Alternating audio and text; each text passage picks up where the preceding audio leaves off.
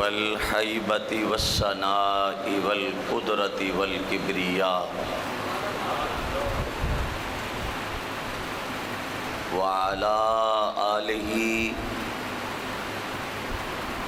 واصحابہ وحزبہ وعطرتہ اولی الصدق والصفاء اما بعد فاعوذ باللہ من الشیطان الرجیم بسم اللہ الرحمن الرحیم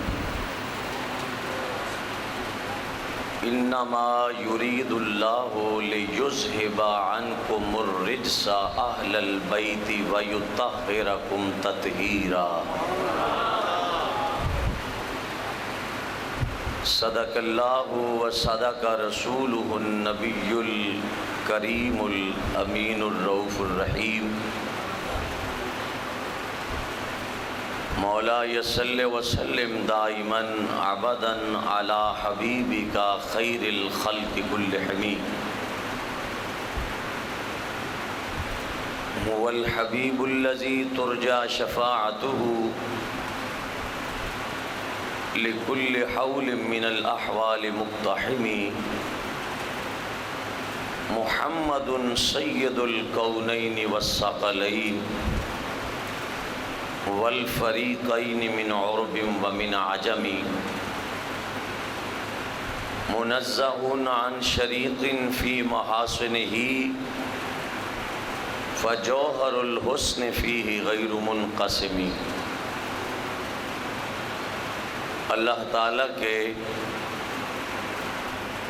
خاص فضل و احسان سے نبی رحمت شفیع امت تاجدار مدینہ صلی اللہ علیہ وسلم کے نالین پاک کے تصدق سے اللہ نے ہماری مختصر زندگی میں ایک مرتبہ پھر ہم پہ کرم فرمایا۔ اللہ تعالیٰ نے ہمیں ماہ رمضان المبارک کا پہلا جمعہ پڑھنا نصیب فرمایا۔ بارگاہ بے کسپنا میں دعا ہے اللہ سبحانہ و تعالی آج کا ہمارا نماز جمعہ ادا کرنا اپنی بارگاہ میں قبول فرماتے ہوئے سرکار کائنات صلی اللہ علیہ وسلم کے فرمان کے مطابق آج جمعے کے دن حضور کی کروڑوں نہیں اربوں امتی جو بخشے جانے والے ہیں، اللہ کرے ان میں میرا اور آپ کا نام بھی شمار ہو جائے، اور اللہ تعالیٰ ان لمحات و ان ساعتوں کو ہمارے لیے ذریعہ نجات بنائے۔ گرامی قدر حضرات و معزز حاضرین، وقت اس بات کا تقاضا کرتا ہے کہ چند منٹ آپ سے چند موروضات عرض کرنے کی کوشش کی جائے گی۔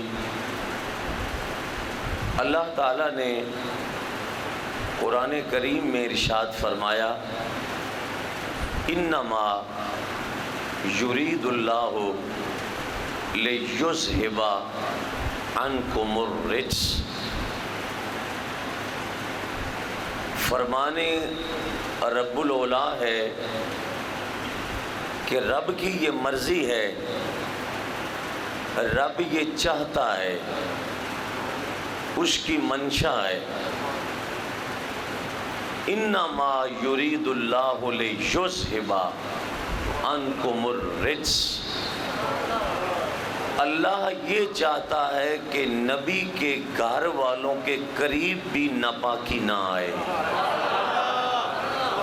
یہ رب چاہتا ہے۔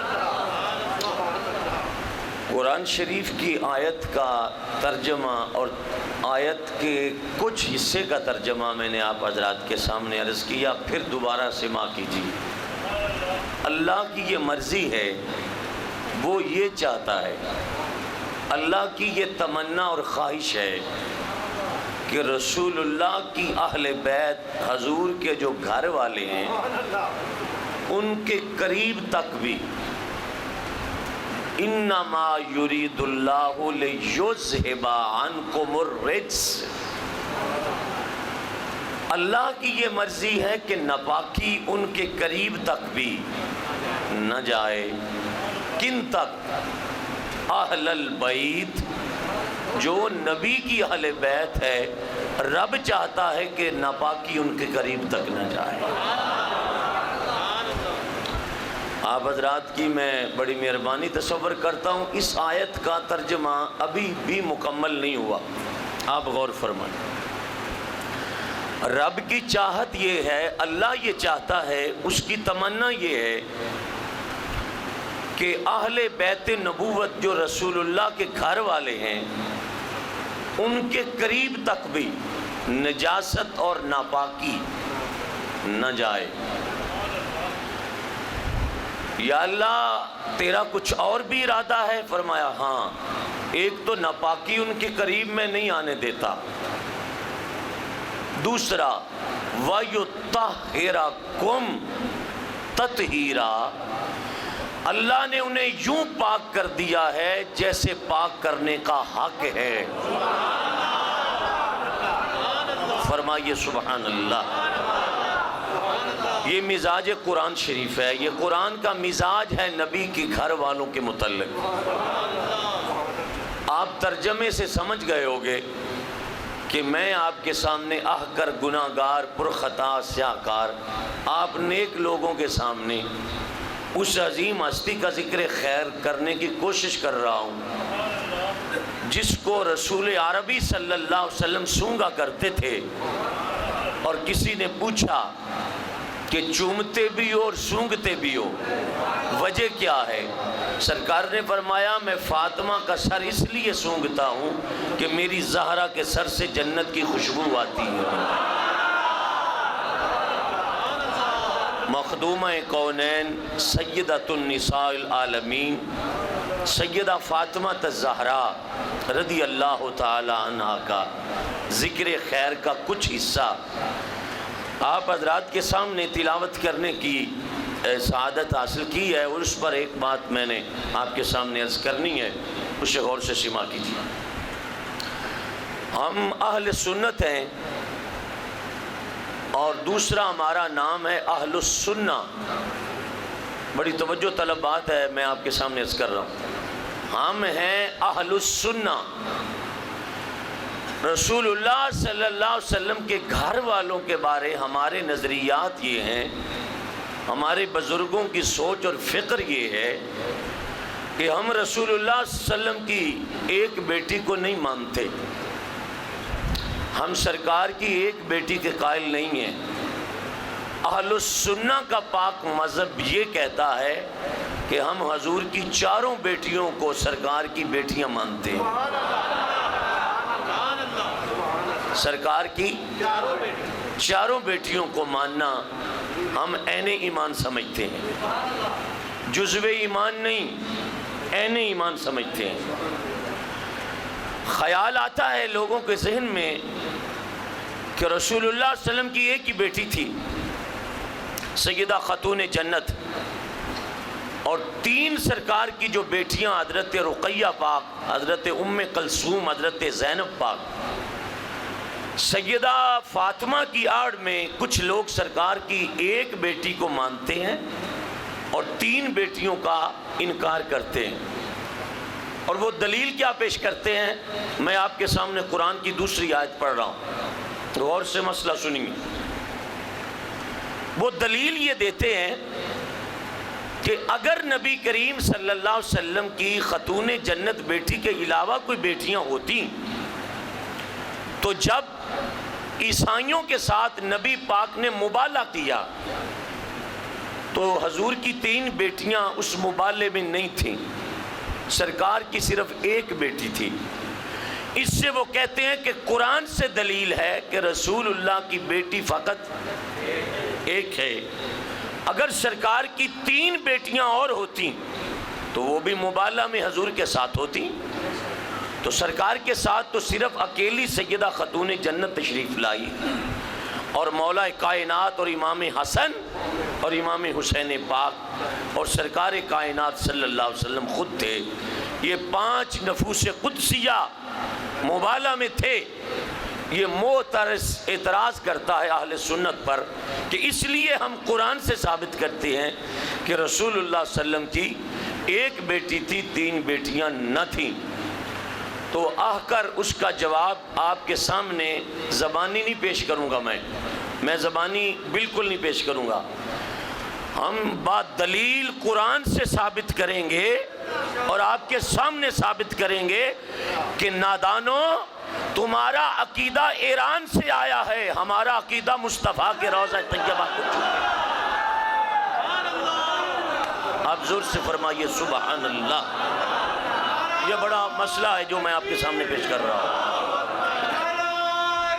یا رسول اللہ صلی اللہ علیہ وسلم، قرۃ عینی بک یا رسول اللہ۔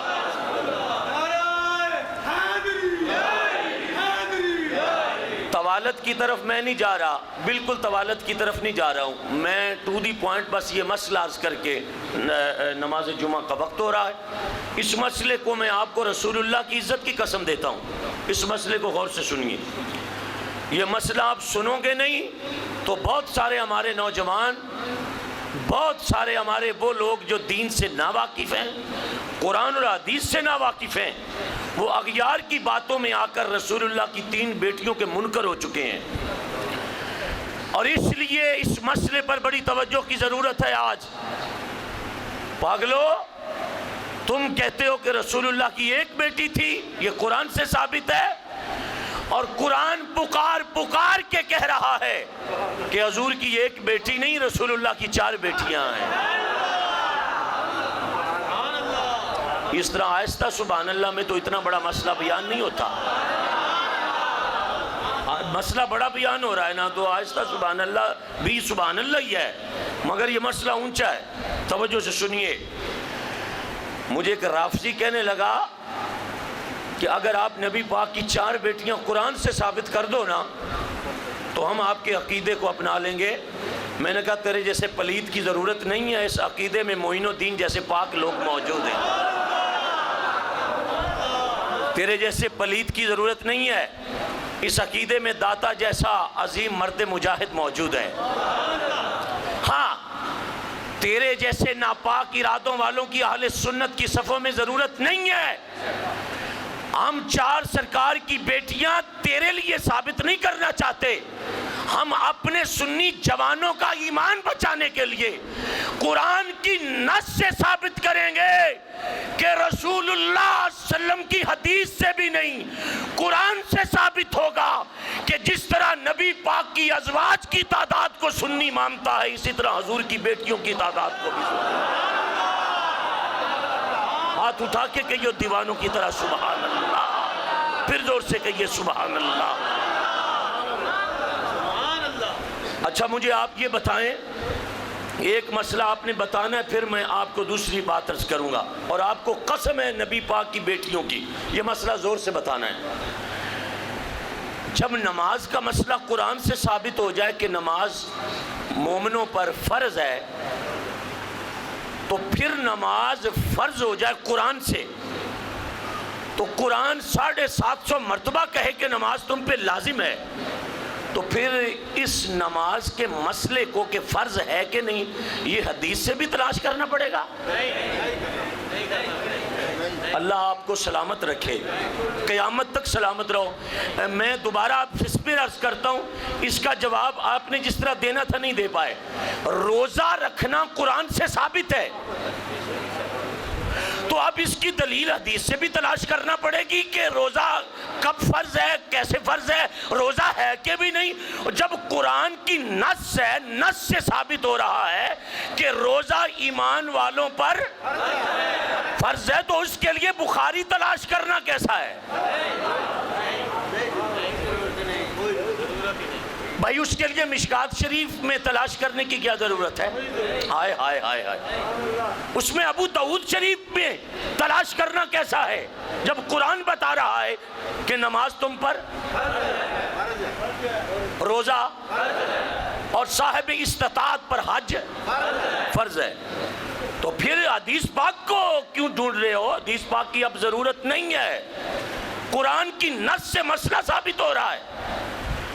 تو ہم ایران کی کتابوں سے نبی پاک کی 4 بیٹیاں نہیں دکھائیں گے، ہم رب کے سچے قرآن سے ثابت کریں گے کہ حضور کی بیٹیاں۔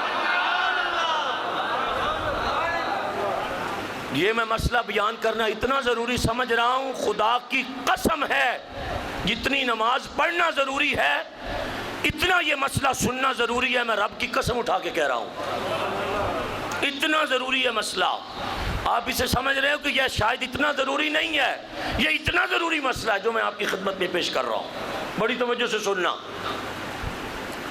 پوری دنیا میں قرآن شریف کی جتنی تفاسیر لکھی گئی ہیں متفق علیہ، قرآن شریف کی آیت میں پیش کر رہا ہوں آپ کے سامنے، بڑی توجہ سے سننا۔ اور مجھے دکھ ہوگا اگر آپ نے قرآن شریف کی آیت کو غور سے نہ سنا۔ میں قرآن شریف کی تفسیر آپ کے سامنے پیش کر رہا ہوں، بڑی توجہ اس کے ساتھ سماعت کیجئے۔ اور اگر کوئی اہل تشیع یہاں بیٹھے ہوں تو گالیاں ہم نہیں دیتے، گالیاں نہیں دیتے۔ اگر ان کا کوئی چاہنے والا بھی بیٹھا ہو تو ہم قرآن شریف سے حضور کی 4 بیٹیاں آپ کو دکھا رہے ہیں، غور سے سنیے کہ اہل سنت کا عقیدہ کتنا روشن عقیدہ ہے۔ اور میں سر پہ قرآن رکھ کے کہتا ہوں دوپہر کے سورج میں اتنی روشنی نہیں جتنی احمد رضا کی فکر میں روشنی ہے۔ زور سے کہو، زور سے سبحان اللہ۔ مسئلہ بیان ہو رہا ہے آپ کے سامنے۔ اللہ آپ کو خوش رکھے۔ اس بات پہ نعرہ چاہیے تھا، جس بچے نے بھی لگایا اللہ انہیں جزا دے۔ میں قرآن شریف کھول کے آپ کو دکھا رہا ہوں، کیمرے کے سامنے مووی بن رہی ہے، پوری دنیا کو ہم چیلنج کرتے ہیں، جاؤ بڑے سے بڑا شیعہ لاؤ نکال کے قبروں سے، بہت بڑا شیعہ لاؤ قبروں سے، جواب دو ہمیں۔ آپ لوگوں کو کس سے سنا کر اہل سنت کے نوجوانوں کے عقائد خراب کرتے ہو؟ ابھی احمد رضا کی فکر مر تو نہیں گئی ہے۔ جو بندہ اس بات پہ بھی خدا کی تسبیح نہیں پڑھ سکتا وہ کم از کم اپنی قسمت پہ ماتم ضرور کر سکتا ہے۔ اوے ظالموں، شراب پی کر رسول کے منبر پر بیٹھ کر لا یعنی اور بے معنی گفتگو کرنا یہ فضولیات اور بکواسیات ہے۔ ہاں، جب تک اہل سنت کا ایک بچہ بھی زندہ ہے کوئی دنیا کا باغی قرآن سے یہ مسئلہ ہٹا نہیں سکتا۔ ہم سرکار کی ایک بیٹی کو نہیں، حضور کی 4 بیٹیوں کو مانتے ہیں۔ دونوں ہاتھ اٹھا کر کے یہ سبحان اللہ۔ آپ اتنی آہستہ سبحان اللہ کہتے ہو تو ہمیں تکلیف ہوتی ہے۔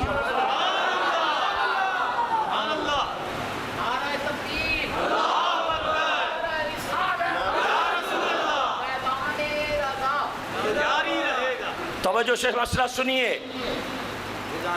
محفل میں ہمیں کچھ لوگ نظر آتے ہیں جو گڑبڑ قسم کے لوگ ہوتے ہیں، گڑبڑ ہوتے ہیں کہ جدھر سے اچھا کھانا مل گیا ادھر رات بسر کر لی کہ مولوی صاحب پیٹ ہی بھرنا ہے۔ میں نے کہا ایسے پیٹ پر بھی لاکھ لعنت ہے جو رسول اللہ کی اولاد کو بھونکتے رہیں اور تم روٹی کی فکر میں کھاتے رہو، لاکھ لعنت ہے۔ اور اس لقمے سے بہتر تھا کہ تم مر جاتا جس لقمے رسول اللہ کی بیٹیوں کے منکر موجود تھے۔ قرآن شریف کی آیت پیش کر رہا ہوں میں آپ کے سامنے، اگر آپ سن سکتے ہو تو سن سکتے ہو تو۔ ویسے آپ میں دم خم نہیں ہے، کچھ بندے موجود بیٹھے ہیں جنہیں سنا رہا ہوں۔ قرآن شریف کا پارہ نمبر 3 ہے میرے ہاتھ میں، اور سورہ کا نام ہے سورہ آل عمران شریف۔ آیت نمبر میں پڑھ رہا ہوں، بتا رہا ہوں، جاؤ پوری دنیا کو چیلنج ہے۔ ہاں، تم ذاکروں کی کتابیں لکھی تو مٹا سکتے ہو، محمد پر اترا ہوا قرآن تو نہیں نہ مٹا سکتے۔ رسول اللہ کے سینے پر نازل ہوا قرآن تو نہیں نہ مٹا سکتے ہو۔ توجہ سے سنیے۔ میرے پاس لاہور سے ایک نوجوان آیا، مجھے نبی پاک کی عزت کی قسم ہے میرے ہاتھ میں قرآن شریف ہے، لاہور سے اور اس نے 1.5 گھنٹہ میرے ساتھ بحث کی، 1.5 گھنٹہ، بالکل